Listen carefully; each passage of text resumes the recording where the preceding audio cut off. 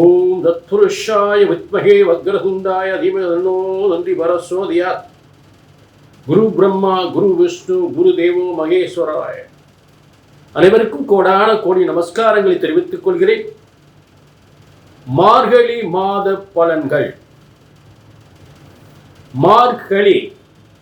மார்கழி என்றால் அதனுடைய முக்கியமான அர்த்தம் மாறி கழிந்தது அப்படின்றது. ஒரு மாறின மலை கழிந்தது அப்படின்றது சாஸ்திரத்தில் ஒரு முக்கியமான விஷயம்.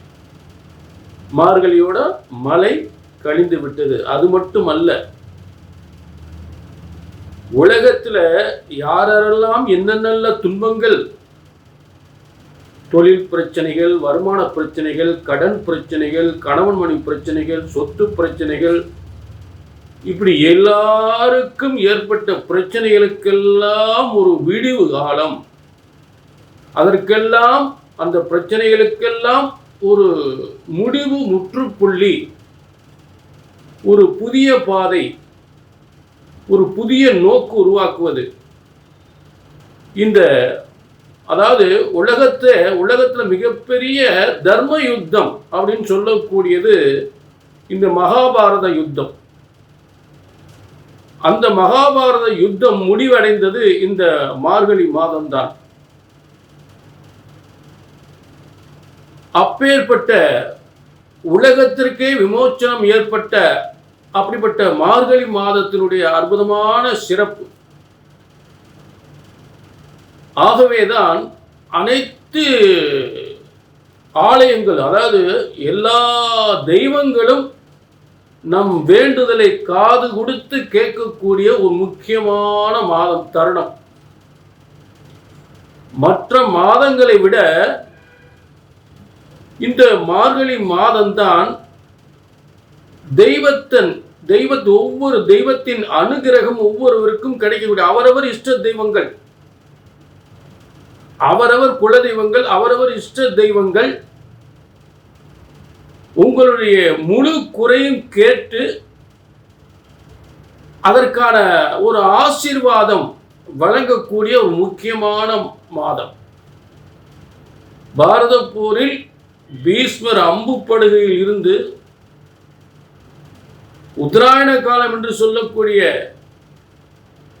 தை பிறக்கணும் அப்படின்னு சொல்லக்கூடிய அந்த தை பிறக்கும் போதுதான் அவர் இஷ்டப்பட்ட மாதிரி அவர் உயிர் விடணும் அப்படின்னு அவருடைய ஆசை.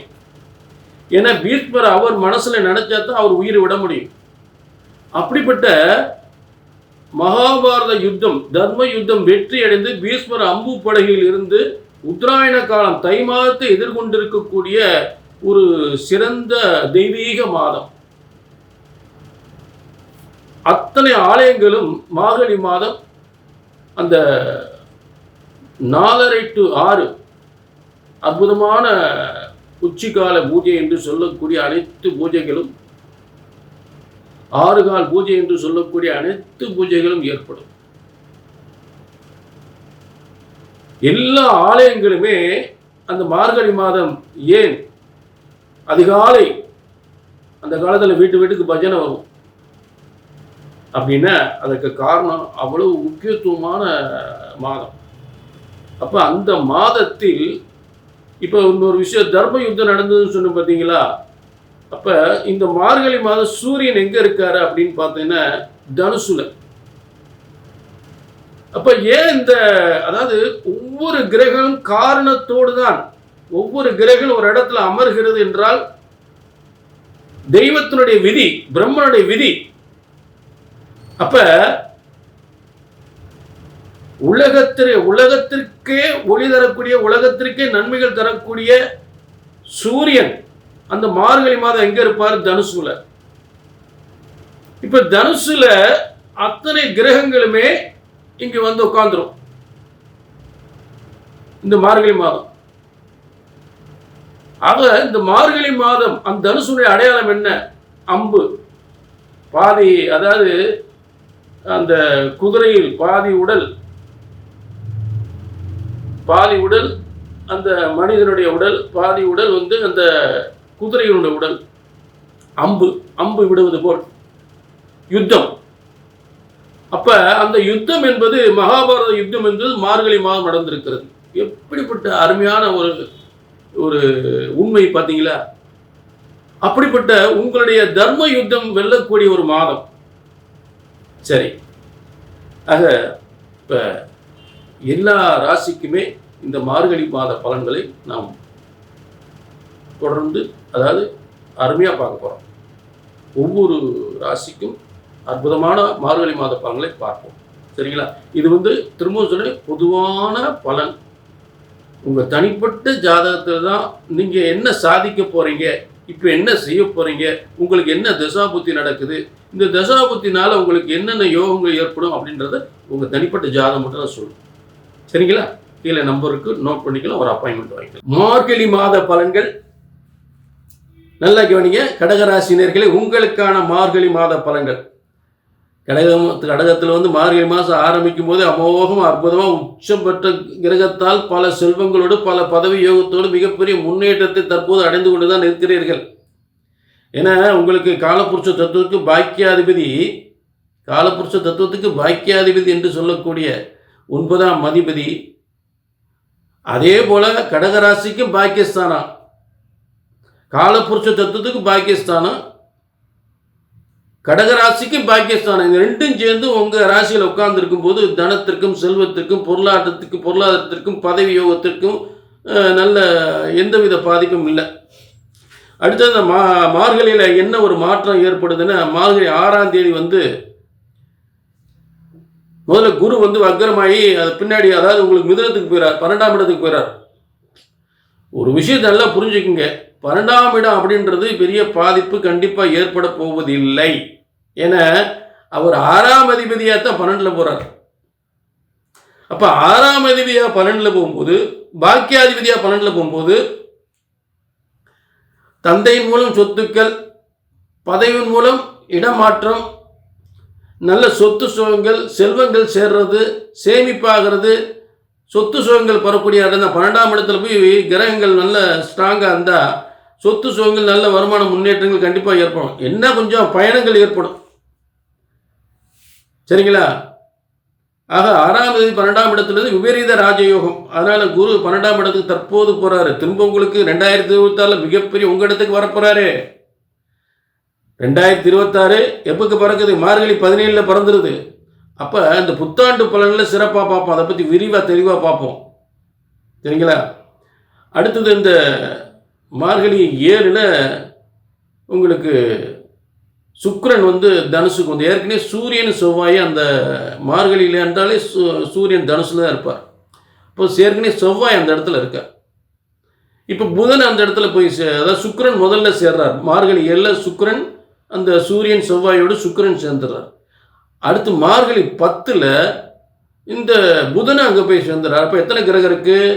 சூரியன், செவ்வாய், சுக்கிரன், புதன், இந்த 4 கிரகங்கள் உங்களுக்கு கடகத்துக்கு 6ஆம் இடம், வெற்றி ஸ்தானம், அதிகாரத்து பதவி பெறக்கூடியது, தொழில் வெற்றிகளை ஏற்படுத்தக்கூடியது என்று சொல்லக்கூடிய, அதாவது எல்லா வித பிரச்சனையும் வெற்றி பெறக்கூடிய ஒரு இடம்.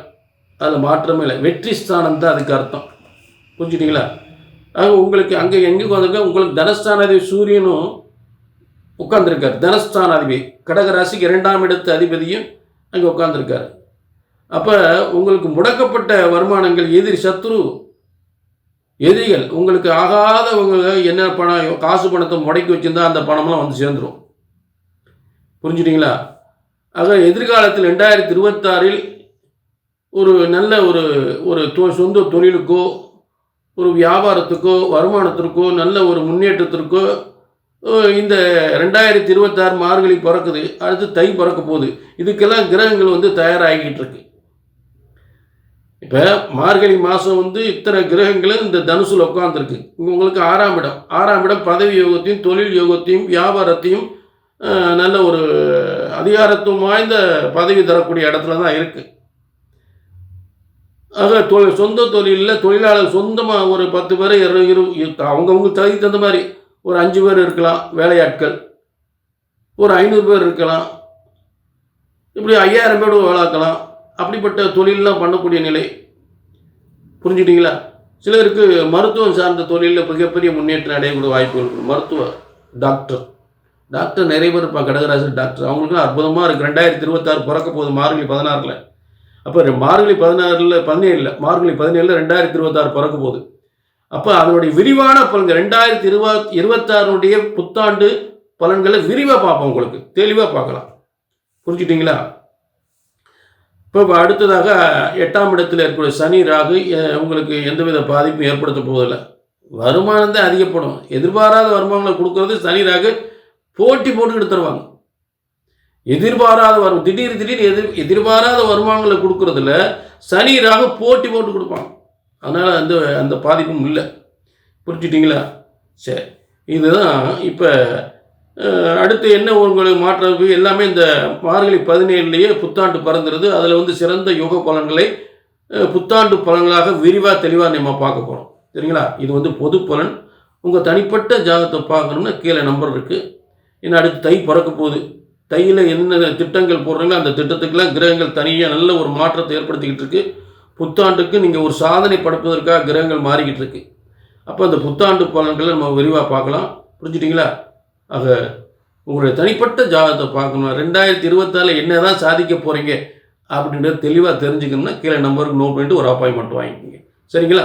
மீண்டும் ஒரு நல்ல நிகழ்ச்சியை சந்திக்கும் வரை உங்களிடமிருந்து விடைபெறுவது 18 சித்தர்களும் முனிவர்களும் உருவாக்கிய சித்தர் வாக்கு ஜோதிடர் பாலச்சித்தர். நன்றி, வணக்கம்.